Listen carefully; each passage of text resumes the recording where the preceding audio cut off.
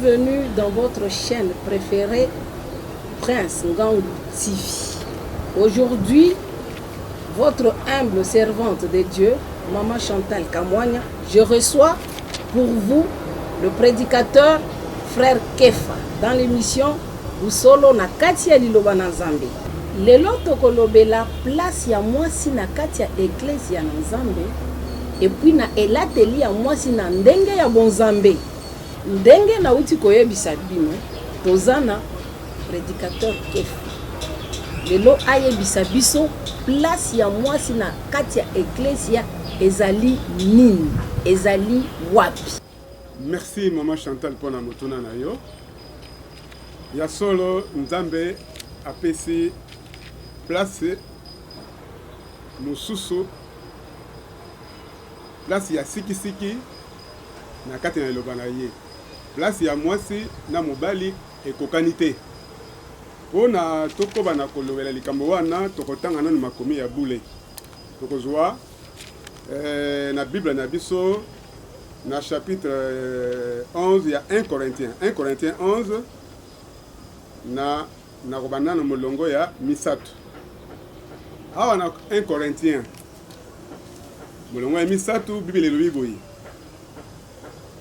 Je veux cependant que vous sachiez que Christ est le chef de tout homme, que l'homme est le chef de la femme, et que Dieu est le chef de Christ. Esengeli boyeba ete Christ azali mokonzi ya mobali. Pe mobali azali mokonzi ya mwasi. Amen. Wana ezali ngai munalobi te kasi iloba na Nzambe mutalobi yango. Donc Maman Chantal, place ya mwasi na mobali kati na eklezia na ye kati na iloba na Nzambe ekeseni mwasi aza na esika na ye, mobali pe aza na esika na ye. Alors, d'abord, il faut oyeba ete na ebandeli po lelo bino basi na ba émancipation pour le bio pro égalité de l'homme et de la femme, c'est dit cela, vous revendiquez beaucoup.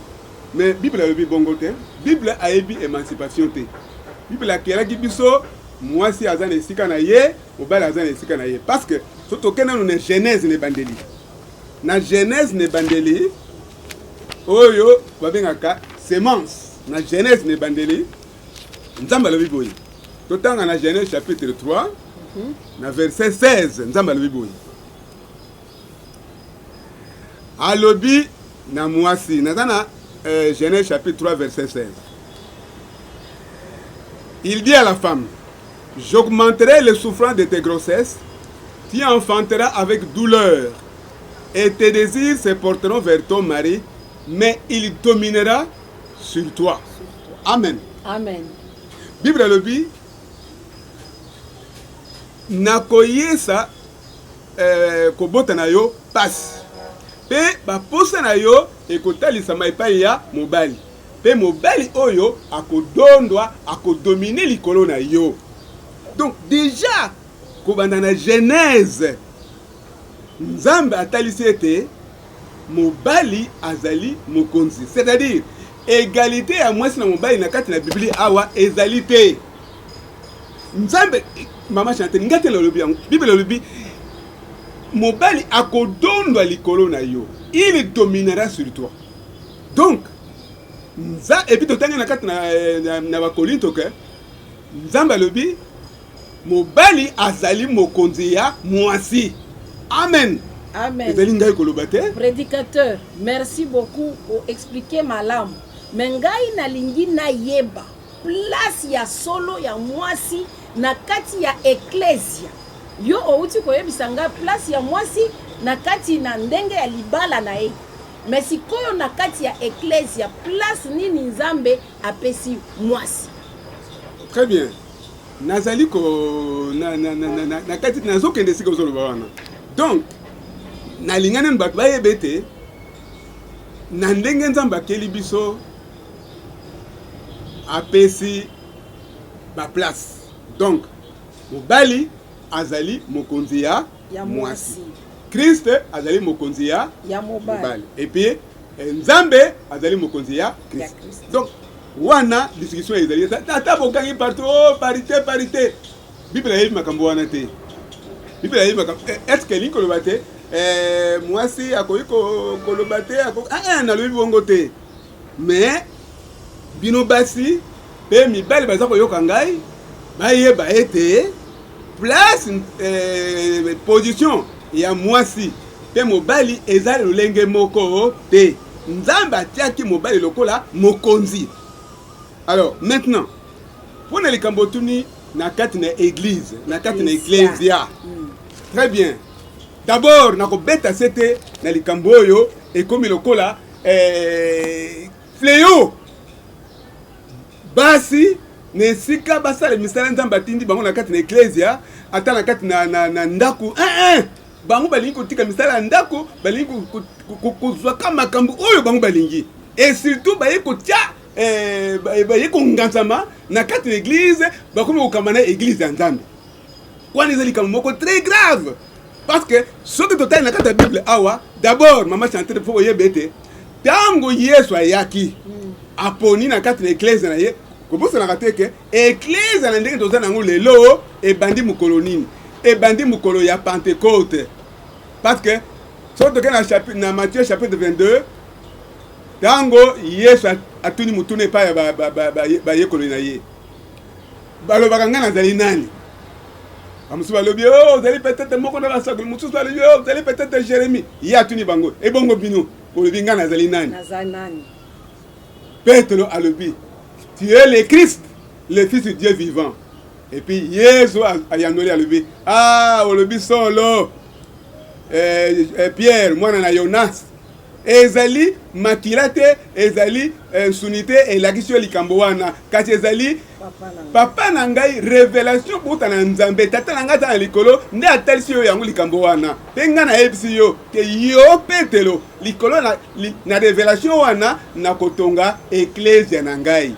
Donc ecclesia ya nzambe etelemi to evandi likolo ya révélation ya molimo mosantu. Amen. Amen.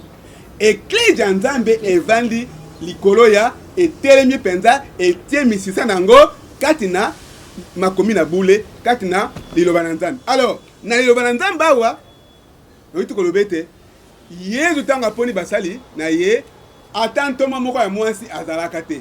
Atantoma moko ya mwasi azalaka te. Et puis tant que na 1 Corinthiens na Éphésiens Éphésiens chapitre 4 toza komona ete tango atie ba ministère kati na ecclesia tomoni esika atiaki basi te. Éphésiens chapitre 4 toke na verset 11 Bible oyiboye il a donné les uns comme apôtres, les autres comme prophètes, les autres comme évangélistes, les autres comme pasteurs, comme docteurs. Pourquoi? Pour le perfectionnement des saints en vue de l'œuvre du ministère et de l'édification du corps de Christ. Amen. Amen. Donc, natangi makambo wana nyonso ata eza na lopoto mais likambo batie na féminin awa eza te batangi apostlos te batangi doctoros te batangi évangéliste ya mwati te batangi kaka be mibali misala wana baministère wana nzambe apesi yango na mibali. Et puis mpona beta tete na ndenge ya sikisiki tokenda na 1 Corinthiens chapitre 14 kuna mokana na nzambe ezali kobeta sete yoka ndenge elobi. Non, avant nakoma na 1 Corinthiens nakende nanu na Timothée kuna nde avant nazonga na bongo na kozonga na 1 Corinthiens 1 Corinthiens chapitre 2 verset 9 Timothée 1 Timothée chapitre 2 verset 9 yoka likomena nzambe ndenge elobi. Je veux donc que non, ce n'est pas ça. 1 Timothée chapitre 2. Voilà, verset 12. Je ne permets pas à la femme d'enseigner. Maman chante, vous écoutez très bien.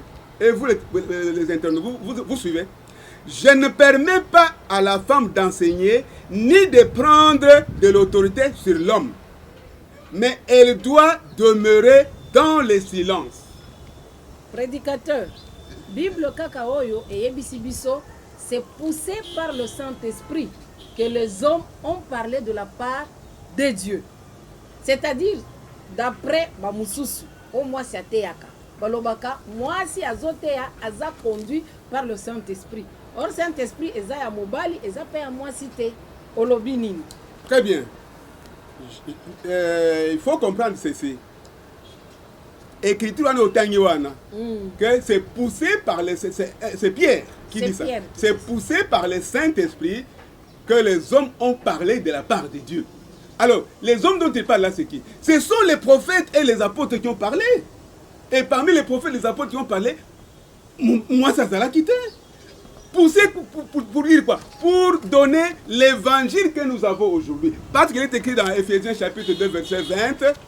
Vous avez été édifiés sur les fondements des apôtres et des prophètes. Jésus-Christ lui-même étant la pierre angulaire. Alors, quand Pierre dit cela, que c'est poussé par les saints depuis que les hommes ont parlé, il parle des prophètes de l'Ancien Testament qui ont prophétisé touchant la grâce qui nous a été promise.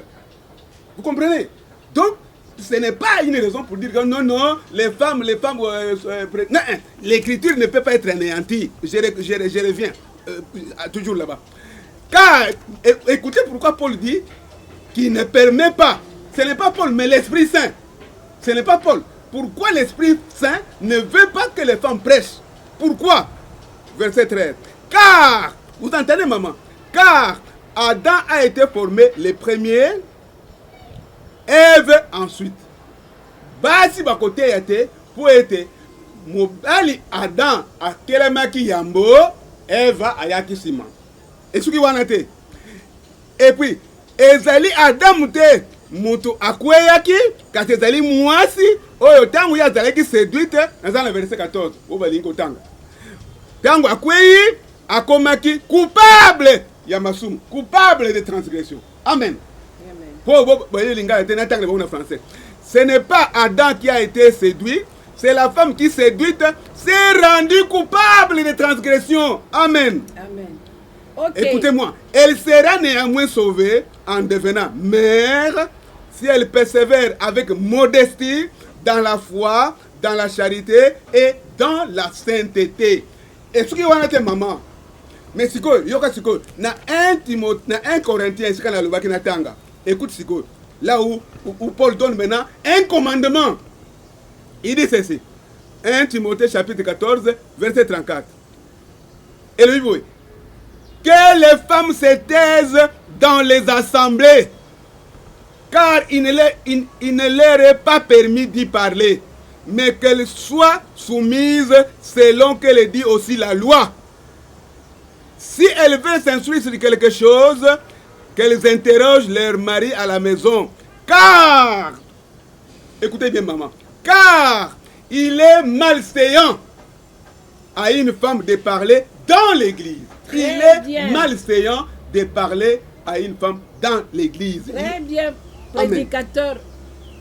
Olobi malamu toyoki, vraiment, d'après prédicateur, na ma commune ensemble que moi si akoki kote yate. To komi na deuxième question na biso. Parce que ngonga na biso e bandi ko poussa na suka. Et là teli nini oyo moi si akoki kozala nango na ndenge ya bonzambe.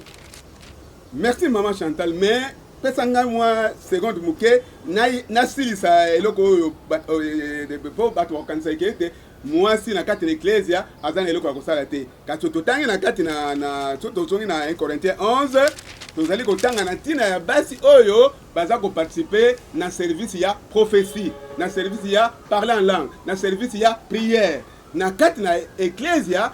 Basi bako pesa ba prophétie bako pesa masakoli na kati na ecclesia basi bako koloma minoka sika na kati na ecclesia basi bako koyemba na kati na ecclesia basi bako kosambela ndina basi wana ba oyo bazwami kati na musala wana ya kosambela oyo bazwami kati na musala ya kopesa ba prophétie oyo bazwami kati na musala ya koloba na minoka sika oyo bazwami kati na musala ya ko yanula minoka sika balobi balobi boye 1 Corinthiens chapitre 10 chapitre 11 plutôt verset 10. C'est pourquoi la femme à cause des anges doit avoir sur la tête une marque de l'autorité dont elle dépend. Amen. Amen. Donc basi oyo bazwami kati na musala wana ya kopesa masakoli kati na eklezia ya kosambela na kopesa masakoli basi wana ndenge Paul alobi awa esengeli bazala na suki ya milai. Donc bakata suki na bango te ezala milai ndenge ekola malamu de sorte que tangu ya azali kosambela to azali kosakola to azali koyandela monoko sika alors mpona kozala na limemia kokesenisa ye na motei parce que motei ntango azali koprêche azali kosakola. Alors kosala différent entre ye motei ye mwasi oyo azali koparticipe na service wana na motei yango nde ye ifo angunzika motu na ye na signe ya humilité mpona kotalisa ete mosali na nzambe azali wana oyo azali na ordre ya koprofetize parce que azali mokonzi na yo mpe ye azali responsable devant nzambe oyo azali devant Christ oyo azali mokonzi na ye. Amen. Alors mpona koya na mutuna na yo oyo ya sikopesi oyo nde nakokende mbala moko na mukanda na nzambe toke na 1 Timothée kaka esika tozalaki wana 1 Timothée chapitre 2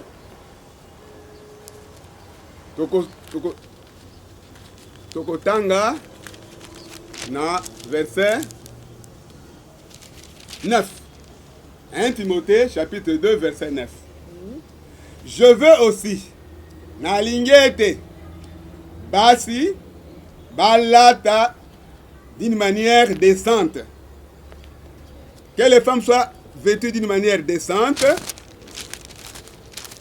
avec pudeur et modestie, ne séparent ni de tresses, ni d'or, ni de perles, ni d'habits somptueux, mais qu'elles séparent des bonnes œuvres comme il convient à des femmes qui font profession de servir Dieu. Amen. Amen. À part wana, nakubakisa 1 Pierre. Donc 1 Pierre chapitre 3. Makomina boule et le banam. Avant la paix sa commentaire. Femme. 1 Pierre 3 à partir de Moulonga Liboso. Femme, soyez de même soumises à vos maris, afin que si quelques-uns n'obéissent point à la parole, ils soient gagnés sans parole par la conduite de leurs femmes. En voyant votre manière de vivre chaste et réservée. Verset 3. Ayez non cette parure extérieure qui consiste dans les cheveux tressés, les ornements d'or ou les habits qu'on revêt, mais la parure intérieure est cachée dans le cœur, la pureté incorruptible d'un esprit doux et paisible qui est d'un grand prix devant Dieu. Amen. Amen. Verset 5. Ainsi séparées autrefois les saintes femmes qui espéraient en Dieu, soumises à leur mari. Amen. Amen. Donc, Nzambe alingiete mwasi alata na lolenge ya malamu azipa nzoto na ye kolakisaka baparti na ye ya nzoto epa ya batu te. Olate lamba mabele na yo eza libanda, olate lamba tolo mobimba eza libanda, olate lamba mipende na yo eza libanda, olate lamba tolo nyonso eza libanda. Alors siko musala ni olate lamba Mama Chantal tangu yo olate lamba zipa nzoto na yo. Et puis tokei na kati na Deutéronome Ancien Testament pe elobi yango. So toke na Deutéronome na chapitre 22 to omona ete nzambe aza koloba boye awa nayebi ke bato mingi babetele bako bakolobo kondimaka me tolobi yango deja da prédicateur Kefa utaki koloba mobali aza mokonzi ya mwasi. Sikoyo soki mobali na nga alingi nalata pantalon nalata biloko ya kokanga, sikoyo ngai mwasi olobi mobali aza mokonzi, mwasi akosala ndenge nini na place wana? Eza mutuna ya makasi oyo pese Mama Chantal na sepeli na yango parce que conformément na makomi ndenge elobi mobali azali mokonzi na yo ntango ye apesi yo motindo wana sikoyo yo nde sikoyo okoyeba eske yo osalelaka nzambe eske yo ozali servante ya nzambe ya solo parce que soki ozali servante ya nzambe ya solo oyebi ete mwasi akoki kotika nzoto na epolole te parce que bible elobi na Matthieu chapitre 5 oyo kani aluli mwasi asali na ye ekobo na motema na ye ntango nini biso mibali balulaka basi amoni mwasi mabele libanda amoni mwasi mipende libanda amoni mwasi libumune libanda amoni mwasi mukongo nyonso polele libanda amoni mwasi alati pantalon nyonso tokola esere ye bapatini nyonso barevolver nyonso libanda mibali ntango baotala makambo wana mobali aza nome ntango amoni biloko wana azakosala nini azali kolula nde aza kosala ekobo na kati ya motema na ye alors ekobo wana yo mwasi wana olataki mabe okorépondre na jour de jugement alors yo mama Chantal soki yo ozali mosali na nzambe atako mobali na yo atindi yo otika nzoto libanda atako mobali na yo atindi yo sala oyo bible yapekisi yo okobundala nzambe na yo batika kobosana te ntango bayebisaki Daniel na Ancien Testament ntango roi ayebisi Daniel ngusimele ekeko parce que awa ngai nde chef nazali roi à part ngai kumu mususu azali te mais Daniel lokola azalaki mosali na nzambe alobaki ya kotikala jamai okongusemela ekeko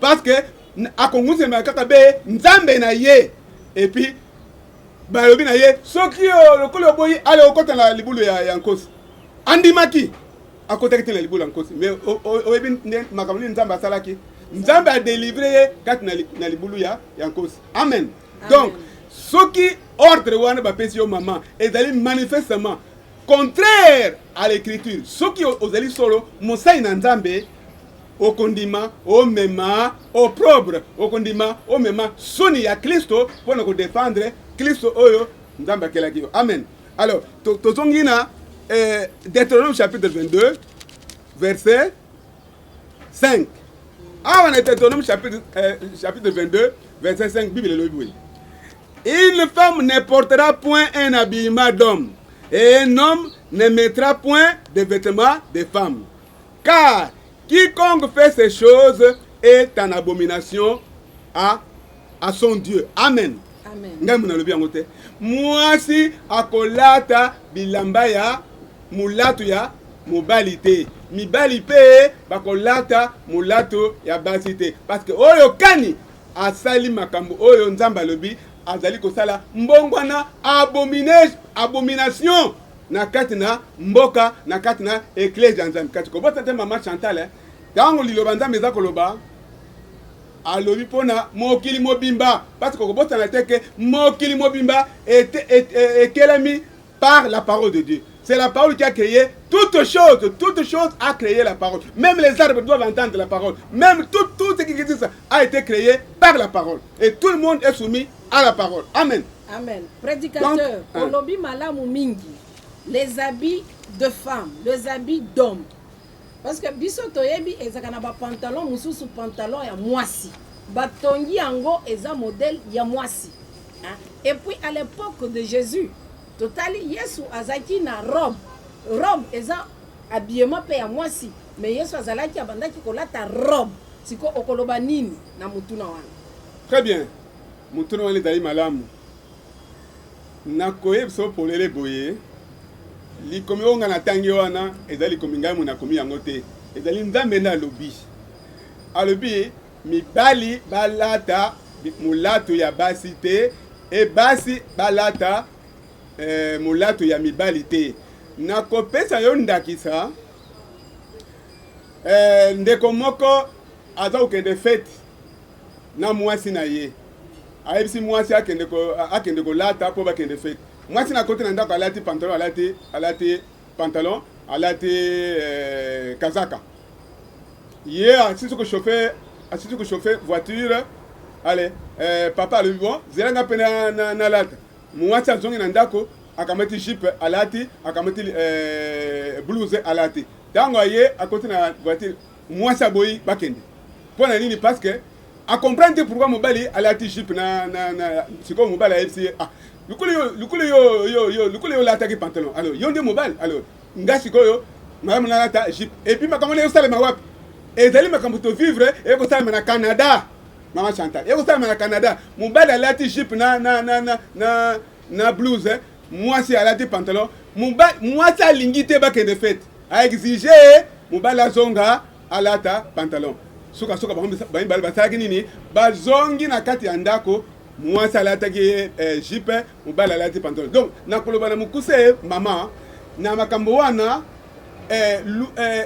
ezali molimo musantu esengeli molimo musantu ekamba yo parce que olobi na makambo ya jésuite on aza kolata na ngana zaki na keneno na Israël te bilamba wana nayokaka balobaka ezaka na bilamba oyo ezaka spécifique na bayuda eza na bilamba oyo eza spécifique ya basi pe bilamba oyo eza spécifique oyo ya mibali pe bible oyo kobotana te que la loi est venue de Jérusalem. Les apôtres ont travaillé à Jérusalem. Donc la loi, et même quand tu as Esaïe, tu comprends que la parole vient de Jérusalem, l'enseignement vient de Sion. Et puis quand vous dans Jean chapitre 4, tout ça le salut vient des Juifs. Oh, Yeshua min Hayeudim. Donc, et loko ezana mutuya Maman Chantal, molimo musanto soki elati yo, soki ya solo obotami sikape ozali pensa mwana na nzambe akokamba yo polata na lolenge oyo ko sepelisa nzambe. Amen. Parce que Maman Chantal, na kopeso témoignage ya musali na nzambe akende ko kutela le banzambe na Inde. Tanga komi na Inde, musali oyo akuti na basi na mibali bazaka na tablier pamba loka pamba batie bako kaseka sexe ale mabele libanda bangono makanusi libanda mais tango batei bango liloba nzambe batei musa nzambe batei ba bongo limitema bazili baselma na koma na kolo Yesu Kristo.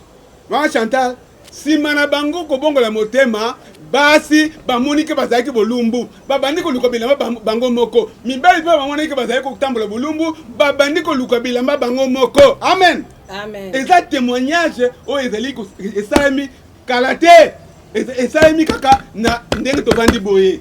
Donc Maman Chantal likambo munene ezali ete mutu aka mama na muli musanto ototangi ndema komina bule. Alors ce qui mutra mutu akambami na muli musanto, alors Bible le dit Jean chapitre 14, le Saint-Esprit conduira dans la vérité et rien que dans la vérité parce que muli musanto akotika la jamais kotelemela liloba oyo ye. Amen. Akotika la jamais kotelemela liloba oyo ye muli musanto. En tout cas balandia Prince Steve Ngangu tokomi presque na suka tozo pesa papa Keva apesa biso kaka mot de la fin na onyonso auti koloba ayebisa biso kaka mot de la fin parce que vraiment émission na biso est komi na suka. Merci Maman Chantal pona liloba suka na koloba ete malamu mwasi azwaka esika na ye katina ecclesia na liloba na nzambe eza na ndako oyo nzambe apesi ye. Nzambe alobi ete mobali azali mokonzi ya mwasi parce que Bible elobi ete mwasi akelema mpona nkembo ya mobali. Donc esengeli ete kati mobali akelema mpona nkembo ya mwasi te. Mwasi Bible elobi akelema asalema, elle a été créée pour la gloire de l'homme. Alors lelo mwasi a se révolter à lobo non tozali ego non wana ezali orgueil. Ata basa mindele baza koloba oh voilà na yokaki mwasi mondele aza koloba ye moko te ata to loba égalité ezali penza ya solo te parce que ata ndenge nzamba keli biso physiquement to keseni na mibali mais elingo loba ete esengeli mwasi penza azwa esika na ye pona molato na koloba na bandeko basi bazali kolanda biso ete tika ete mutu na mutu abongola motema ayamba Yesu Kristo lokola mokonzi pe mobikisi na ye bongo molimo musante ekita kati na yo bongo koyeba ete likambo wana ya kolataka bakola yo mwasi ya libala okamati kola olati biloko no nyonso eza komona na polele. Alors sikoyo yo oza mama na bana okoteya bana ndenge nini malamu tobonga na mitema tolata molimo mosantu mpo molimo mosantu ekokamba bandeko ya basi na lolenge ete balata kitoko mpo ete balakisa bilenge na bana na biso lolenge nini esengeli batamba tiko botanga te mama Chantal ete adage mokili elobaka ete kobokola mwasi to éduquer une femme c'est éduquer toute une nation. Alors ceux qui basi bazali bien éduqués alors très bien prédicateur ceux qui mwasi aza très bien éduqués eza catastrophe vraiment tokomi na suka. Non, merci bino nyonso ba internon bino nyonso balandi ya Prince Ngangu TV. Abonnez-vous massivement et vous ne serez pas déçus. En tout cas, Topesi, notre ambassadeur de la paix, Papa Prince, de grand merci pour nous avoir accordé ces privilèges. Ciao, à la prochaine.